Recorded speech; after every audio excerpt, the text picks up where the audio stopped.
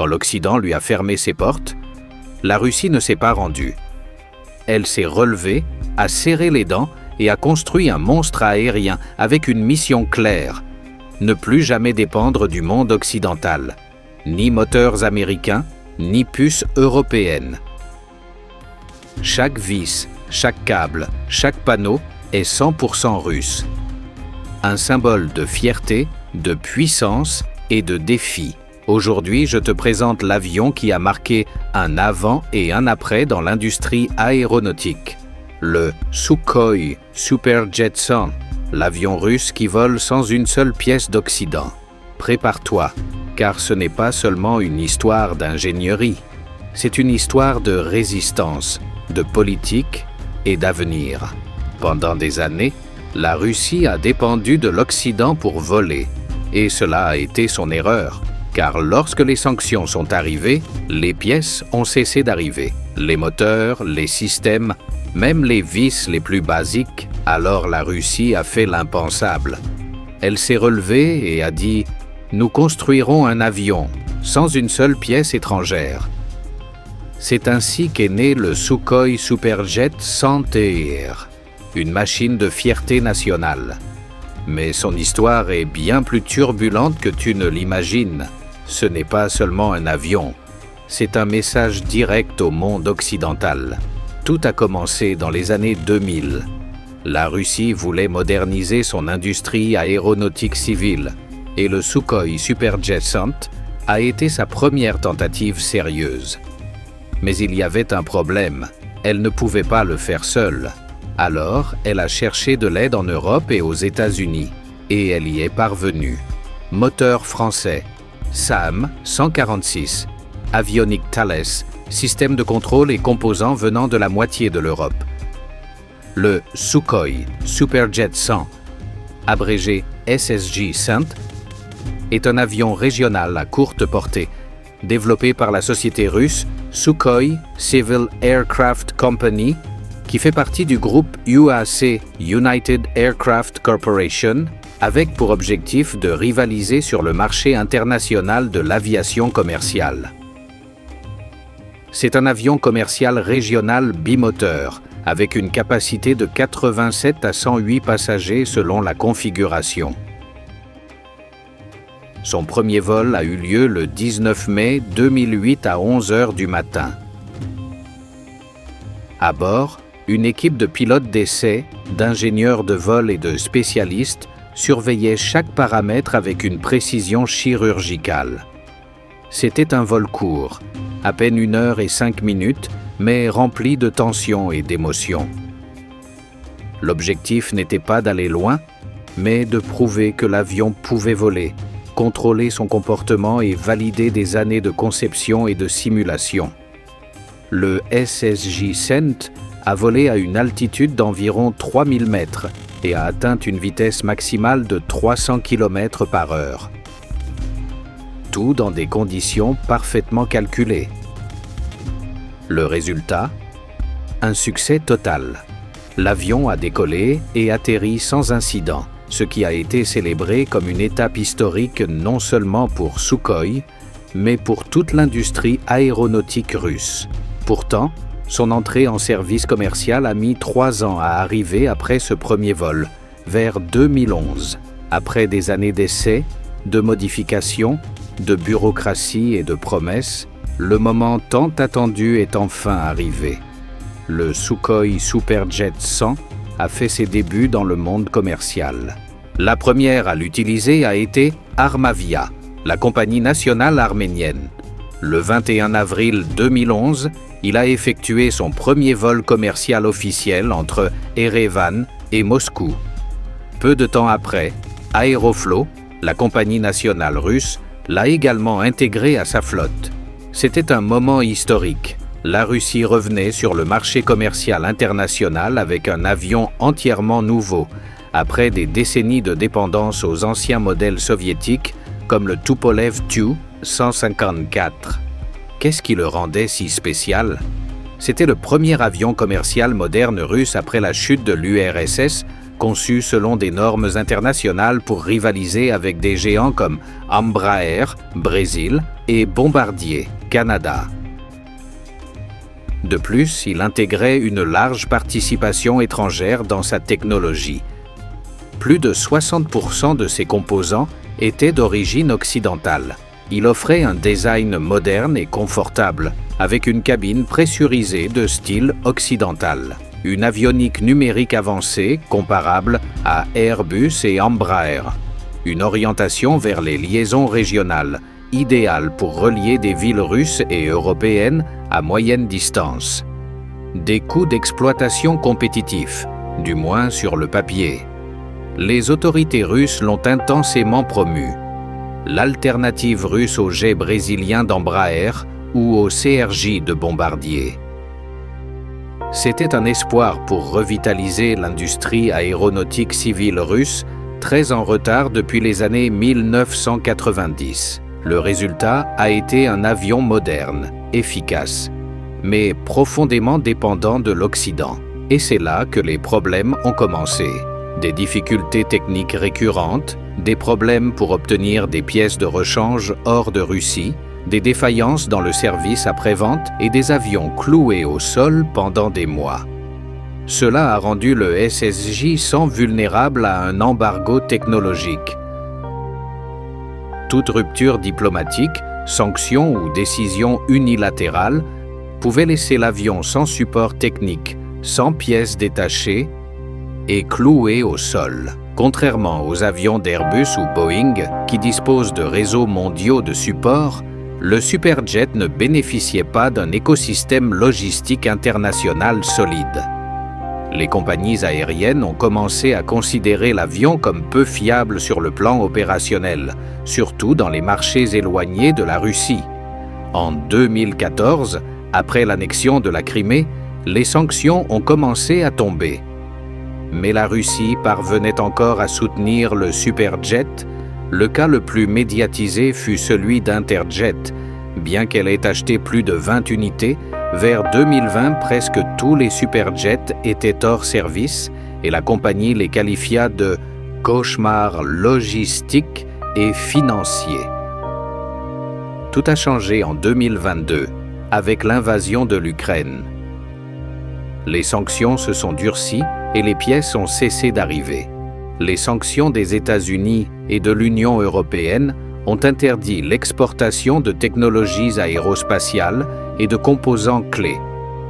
Cela a signifié la fin de l'accès à des pièces critiques comme les modules avioniques, les capteurs, les logiciels, l'interdiction de maintenance des moteurs SAEM 146 par Safran, France, et la fin du support international pour la majorité des opérateurs. L'avion s'est alors retrouvé techniquement bloqué. La conséquence ? Vols annulés, flottes immobilisées, avions impossibles à entretenir. Les flottes étrangères ont été retirées et la seule solution a été de le redessiner entièrement sans pièces occidentales. C'est alors que le gouvernement russe a pris une décision radicale. Nous allons redessiner le Superjet.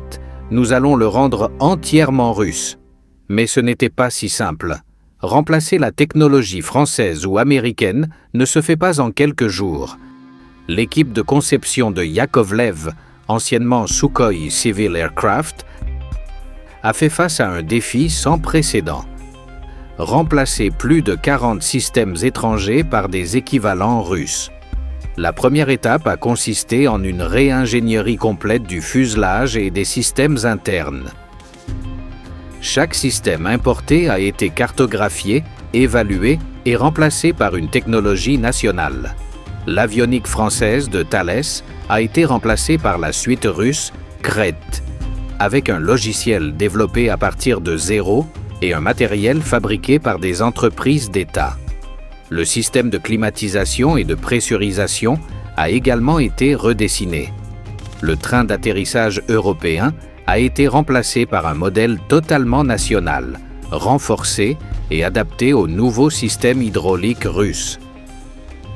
Et l'APU, unité auxiliaire de puissance, également étrangère, a été remplacé par une version domestique. Le moteur, le cœur du changement, l'ancien Sahem 146, une collaboration entre la Russie et la française Safran, était considéré comme irremplaçable. Du moins, c'est ce que l'on pensait. En secret, depuis 2017, un moteur local était en développement, le PD-8, conçu par USC Aviadvigatel. Concevoir un moteur 100% russe comme celui-ci a pris des années et coûté des millions. Redessiner des systèmes critiques, les tester, les certifier, les intégrer, tout cela en pleine crise économique et sous sanctions. Sans fournisseurs européens ni américains, la Russie a reconstruit toute la chaîne de production. De nouvelles usines ont été ouvertes à Oufa, Voronej, Moscou et Komsomolsk sur l'Amour.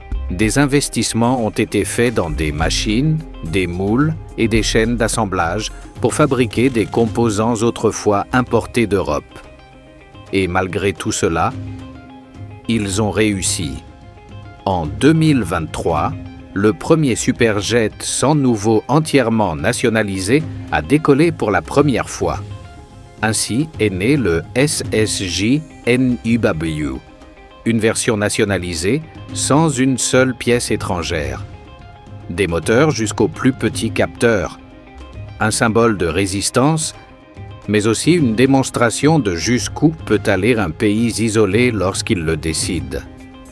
Le 29 août 2023, depuis l'usine de Komsomolsk sur l'Amour, a eu lieu le premier vol d'un prototype du nouveau SJ-100, équipé d'une série de systèmes remplacés par des technologies domestiques. Bien qu'il volait encore avec le moteur SAM 146, cette version avait déjà remplacé environ 40 systèmes étrangers. Avionique, train d'atterrissage, APU, commande de vol, climatisation, protection incendie. C'était pratiquement un avion neuf. L'équipage, composé de 2 pilotes d'essai et d'un ingénieur, a volé pendant 54 minutes, atteignant une altitude de 3000 mètres et une vitesse proche de 343 km/h. Selon le ministère de l'Industrie et du Commerce russe et Rostec, l'avion a démontré un fonctionnement stable de tous les systèmes, un contrôle total et une bonne maniabilité. Ce vol a été la première étape concrète du programme de substitution aux importations. Un prototype presque totalement débarrassé de la technologie étrangère, malgré l'usage temporaire d'un moteur partiellement étranger, accélérant la transition vers les futurs prototypes équipés de moteurs PD-8 russes, marquant une intention claire d'indépendance technologique. Le succès a généré un soutien politique et médiatique en Russie, consolidant la feuille de route du SSJ NUW comme priorité d'État. En mars 2025, le SSJ-100 a volé avec le PD-8. À bord, 3 hommes, 2 pilotes d'essai et un ingénieur système. Le vol a duré 40 minutes, à une altitude de 3000 mètres et à 500 km/h. Pour la première fois, tout l'avion était russe, de l'écran du pilote jusqu'au dernier écrou du moteur. L'objectif, atteint avec succès, était de valider l'intégration du nouveau moteur russe avec tous les systèmes internes. Le vol a également permis de tester l'avionique, le système de pressurisation et les systèmes d'urgence, tous redessinés par des fabricants russes. Ce vol a été bien plus qu'un simple essai technique.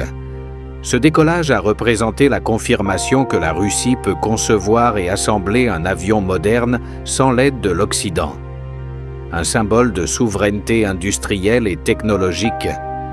Ce vol n'est pas qu'un test technique, c'est une déclaration d'indépendance. Et maintenant, que va-t-il se passer? La Russie prévoit de lancer un programme de certification générale, prévu pour être achevé fin 2025, comprenant entre 200 et 600 vols d'essai. De plus, Les premières livraisons commerciales sont prévues pour 2026, destinées principalement à des compagnies aériennes russes comme Aeroflot, qui a déjà annoncé de nouvelles commandes. Et d'ici 2030, l'objectif est de produire jusqu'à 20 unités par an et de déployer près de 89 avions SSJ-100 aux côtés du MC-2. La Russie a accompli ce que beaucoup croyaient impossible, faire voler un avion commercial moderne sans une seule pièce de l'Occident. Après des décennies de dépendance technologique, de sanctions et d'isolement, le SSJ-100 renaît comme symbole de souveraineté industrielle. Il n'y a plus d'avionique française, ni de moteurs européens, ni de trains d'atterrissage importés. Désormais, tout est fait maison. Tout est russe. Mais même si le décollage a été un succès, le véritable défi commence maintenant. Le certifier, le produire en série, le livrer aux compagnies aériennes et surtout, prouver qu'il peut rivaliser et pas seulement survivre. Parce qu'une chose est de voler et une autre très différente, c'est de conquérir les cieux. Alors, je te pose la question, crois-tu que le SSJ-100 est l'avenir de l'aviation russe ou n'est-ce qu'un simple pansement au milieu d'une guerre commerciale et politique? Dis-nous ce que tu en penses dans les commentaires et n'oublie pas de t'abonner pour d'autres histoires fascinantes du monde de l'aviation. On se retrouve pour le prochain décollage.